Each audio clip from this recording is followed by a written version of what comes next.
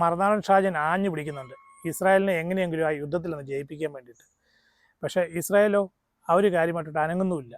അവരിപ്പോൾ ഇടും, ഇപ്പോൾ പൊട്ടിക്കും, ഞങ്ങളിപ്പോൾ തകർക്കും എന്നൊക്കെ പറയുന്നതല്ലാതെ ഒന്നും സംഭവിക്കുന്നില്ല ഇവിടെ.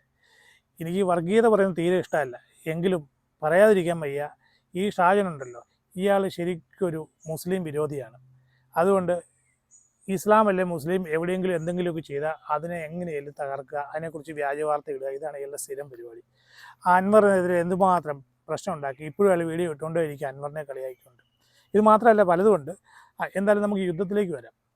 ഈ ഷാജൻ മറുനാടൻ യുദ്ധം തുടങ്ങിയ സമയം തൊട്ട് ഒരാഴ്ചക്കകം ഗാസ പിടിച്ചടക്കും, ഗാസ പൊളിച്ചടുക്കും, ഹമസുകാരെ എല്ലാവരും ഇവിടുന്ന് ഓടിക്കും എന്നൊക്കെ വലിയ ബഹളമായിരുന്നു.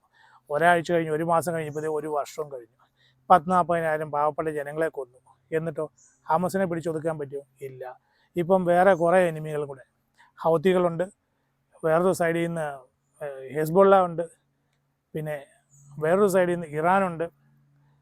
ഇങ്ങനെ എല്ലാവരും അവരുടെ ശത്രുക്കളാണ്. അവർക്ക് ഇഷ്ടമില്ലാത്ത ആരെന്തെങ്കിലും പറഞ്ഞാൽ അവരുടെ ശത്രുവായി. അവരെല്ലാം ടെററിസ്റ്റ് ആക്കുക. ഈ ഹൗത്തികൾ അല്ലെങ്കിൽ ഹമസുകാർ, അതിൽ ഹെസ്ബുള്ള, ഇവരൊക്കെ ടെററിസ്റ്റാണെന്ന് ആരാ പറഞ്ഞത്? അത് പറഞ്ഞത് അമേരിക്കയാണ്, ഇസ്രായേലാണ്. അത് കേട്ട് നമ്മുടെ മറുനാടിനെ ഇവിടെ തുള്ളിച്ചാടുകയാണ്. ഇവരെല്ലാം ടെററിസ്റ്റാണെന്ന് പറഞ്ഞുകൊണ്ട് എല്ലാവരും ഒതുക്കാൻ പോകാമെന്ന് പറയുന്നത്. ഒന്നും നടക്കത്തില്ല ഇവിടെ. ഈ ഇസ്രായേൽ എന്ന് പറയുന്നത് കേരളം പോലെ ഒരു ചെറിയ രാജ്യമാണ്. അത്രയും തന്നെ ജനസംഖ്യയുണ്ട്. ഇവർക്ക് യുദ്ധത്തിന് പോയി യുദ്ധം ചെയ്യാനായിട്ടേ ആൾ വേണ്ടേ? എവിടുന്ന ഈ ഒരു നല്ലൊരു യുദ്ധം വന്ന് കുറേ പേരങ്ങ് മരിച്ചു കഴിഞ്ഞാലേ വീട്ടിലിരിക്കുന്നവരെ, ഫാമിലിയിലുള്ളവർ അവിടുത്തെ ആണുങ്ങളെ പുറത്തോട്ട് വിടുമെന്ന് തോന്നുന്നുണ്ടോ? ഇല്ല. അതുകൊണ്ട് അവർ ഈ കരയുദ്ധത്തിനൊന്നും കാര്യമായിട്ട് ഇറങ്ങത്തില്ല. പിന്നെ ഇവർക്ക് എന്തെങ്കിലും ചെയ്യണമെങ്കിൽ അമേരിക്ക സഹായിക്കണം. അമേരിക്ക ഇപ്പോൾ സഹായിക്കുമോ? ഒന്നും ചെയ്യത്തില്ല. കാരണം അവർക്ക് അവരുടെ കാര്യമാണ്. പ്രതിപക്ഷമായാലും ഭരണപക്ഷമായാലും, അതായത് ട്രംപ് ആണെങ്കിലും ശരി, ബൈഡൻ ആണെങ്കിലും ശരി, ഇവർക്കൊക്കെ എന്തെങ്കിലും ആക്ഷൻ എടുക്കണമെങ്കിൽ അവരുടെ പൊസിഷൻ ആദ്യം സേഫ് ആക്കണം. ഇപ്പോൾ അവിടെ ഇലക്ഷനാണ് നവംബർ 5-ാം തീയതി. ആ ഇലക്ഷൻ കഴിയുന്നിടം വരെ അവർ വേറൊരു കാര്യത്തിൽ ഇടപെടത്തില്ല. ഇസ്രായേൽ അതുകൊണ്ട് പമ്മി നിൽക്കുകയാണ്. ഈ കാര്യം ഇറാനും അറിയാം. അതുകൊണ്ടാണ് അവർ ഇപ്പോൾ കയറി അറ്റാക്ക് ചെയ്യുന്നത്, അവിടെ ഇവിടെയൊക്കെ ഓരോന്ന് അടിച്ച് തകർത്തുകൊണ്ടിരിക്കുന്നത്. ഇപ്പുറത്തോട്ട് എന്തെങ്കിലും കൊണ്ട് ഇടണമെങ്കിൽ അമേരിക്കയുടെ പെർമിഷൻ വേണം.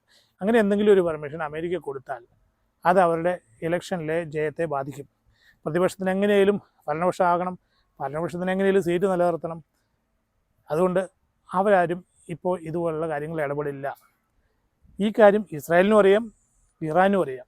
പക്ഷേ ഈ മറുനാടൻ ഷാജൻ അറിയത്തില്ല. അയക്ക് ആരെങ്കിലുമൊക്കെ വാട്സപ്പിലും മൊബൈലിലും ഒക്കെ എന്തെങ്കിലുമൊക്കെ മെസ്സേജ് അയച്ചു കൊടുക്കും. അത് വെച്ച് ന്യൂസ് ഉണ്ടാക്കുക, കള്ളവാർത്ത ഇടുക, എങ്ങനെയെങ്കിലും കുറേ വ്യൂവർഷിപ്പ് കിട്ടിയതില്ല. ഇടപരിപാടി അല്ല. എന്തെങ്കിലും അയാളുടെ വാർത്തയിൽ ജെനുവിനിറ്റി ഉണ്ടോ?